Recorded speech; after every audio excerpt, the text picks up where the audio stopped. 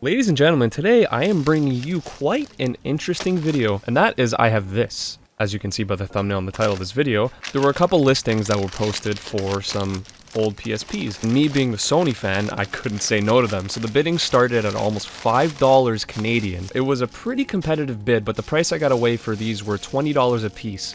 However, the light blue one I managed to purchase is fine, no problems, nothing. They were both completely tested, they have checklists on them and everything, which I'm about to show you here as I tear into this package. Here is the PSP we're going to be focusing on today. It's going to become quite clear that there is a checklist on the screen. So take a look at the checklist, and you can see that the LCD has a check icon. So when this was sent in, the seller had to check the LCD, and sure enough, it was cracked. And now, you know, a lot of people would look at this and be like, well, it's cracked, it's a piece of shit, I don't want it. Whereas people would find it junk, I found an opportunity in this guy. It's in absolutely perfect condition for a handheld console of this age. Even the chrome ring, it's got a few scratches, but just the metallic finish, almost no scratches on it, and that is what made this purchase absolutely worth it for me. A couple minor scratches on the screen, but those can't be avoided. We're going to go ahead and test the power. We're going to see just how bad the screen is, do a little diagnosis, even though we know what we're getting ourselves into. Pry open the battery compartment. Now, there's no batteries, obviously. With the PlayStation Portable's age, the batteries are all starting to go bad, so we can't use the original battery anymore. And once we turn this on, we can see in the top right, after tearing into the PSP, I found out exactly what caused this compression crack, because if we looked at the body earlier, and there was no physical cracks on the screen. You can even see it as I switch it off. There's no physical cracks. We're gonna need a little screwdriver, and we're gonna tear into this. There's a couple hidden screws. One you can see right here as I reveal the void sticker. This is the one we're gonna tackle first. If you leave this one in and try to pry open the PSP, you're gonna do some significant damage. Two in the battery compartment. There's gonna be one underneath. Let's take that one out.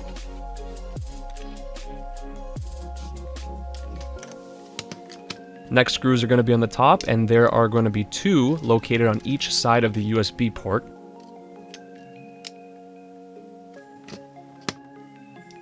This is going to be like a follow along. This isn't a precise tutorial, and as you can see by the screws, what I would do is I would draw a PSP grid on a piece of paper and put the screws exactly where you took them off, because there are different size screws. If you try to mix and match them, it won't end well for you. We're just going to remove the two on the back panel there, and those should be all the screws.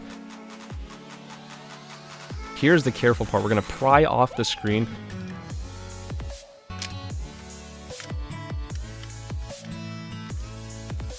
Luckily, there's very minimal shell locking, so it's just easily pried up. But if it doesn't come out, just go ahead and get a little pry tool and run it along the sides. You don't even have to twist it or anything. Just gently stick the pry tool in there, and it should pop off, no problem.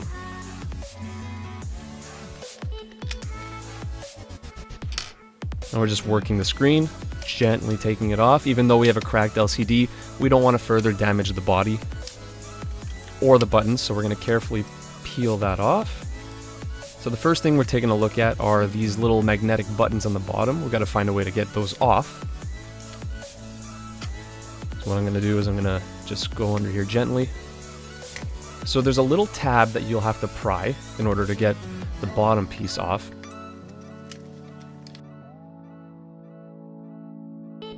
So we managed to take the bottom piece off. The screen just flips up like that. Here is where you have to be super careful. There are two lift tabs. You have to get your flathead underneath, pry it open, then you can easily and gently pull out the screen. If the tab falls back, be sure to lift it up, because if the tab is in locked position and you try to pull the ribbon cable out, you can cause some serious damage and the screen will never fit in properly again. Here is our new screen. I managed to snag this guy off Amazon for I think around $10 Canadian. So it wasn't a bad deal. So previously I put the buttons back into place, but I figured it would be easier if I just get the screen on there first. Connect all the ribbon cables on the screen, and we're just kind of propping everything up to see where it would fit. We don't want to press on anything and cause another crack in the brand new screen. Here is the tricky part now. So you can see that little button in the middle, we just have to prop that out. make sure that is out and not behind the bracket that holds the buttons. This is extremely precise work, and I had to cut out a lot. Green light. Let's hope the screen comes on, and perfect. Awesome. The screen is great, and what I noticed about this aftermarket screen is it's a lot brighter than the original manufactured PSP screen. And you can see all my fingerprints on the screen. I didn't really think that one through. Carefully put back all the little mounting pieces that fell out. Make sure those are in their right positions. So I managed to mess up the order of the trim and the screw. I screwed in the screen before putting the trim in, which you shouldn't do. You have to put the trim and then the screw on top of everything. Fasten that back down so none of that is loose. Make sure everything is flush with the console. And now is the tricky part. Here I will explain where the compression crack came from. So at the top here, the screen is on the very edge. The frame of the screen is very tiny. So as you can see on the older screen, which completely almost passed me up, I would have cracked a brand new screen as well. There's a little metal plate. This metal plate, I don't know the exact name for it, but you can see it here. It just hangs right over the screen to act as a compression, like kind of like braces the compression a little bit, so it holds the screen in place, and it prevents you from squeezing too hard and cracking the screen underneath the shell.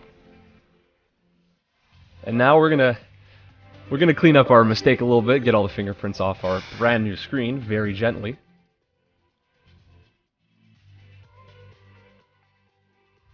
After that's done, we're going to take the casing, gently put that back on. Again, not to press down too hard. We don't want to press too hard and crack the screen. There we go, everything's sitting properly. This part made me a little nervous, especially at the top here. I was being very careful, knowing that the older screen was cracked due to pressure on the screen. So, now that everything works, we're going to put all the screws back in one at a time, making sure we have them in the proper places that we took them out of. Testing all the buttons, making sure the buttons click. And we're just going to finish up with the screws now. Last two in the battery compartment. And the one on the bottom. So we're going to power the console on one last time, make sure everything works perfectly, and it looks like it does. Great. Alright, looks like everything is good. The important thing you always want to make sure of, especially when you buy off of eBay, you're going to want to make sure the buttons are fine. There could be a hardware issue that the seller isn't even aware of. So testing is always the big thing. And there you have it. Ladies and gentlemen, that has been a successful screen repair. Now, I know, this isn't really a tutorial video, as throughout this video I've had to cut out a lot of mistakes I've made along the way. One of the biggest ones being, I was looking at an online forum of a screen replacement from a PSP-2000, not a 3000. There's a pretty big internal difference from the 2000 to the 3000, not as much on the outside, but inside there's an additional screw, which the older console does not have. But anyways, ladies and gentlemen, let me know what you think of these kinds of videos. If you want to see more in the future, I'd be happy to work on some stuff, see if we can get more things repaired. But with that being said, thank you all so much for watching this repair video, and I will see you all in the next one.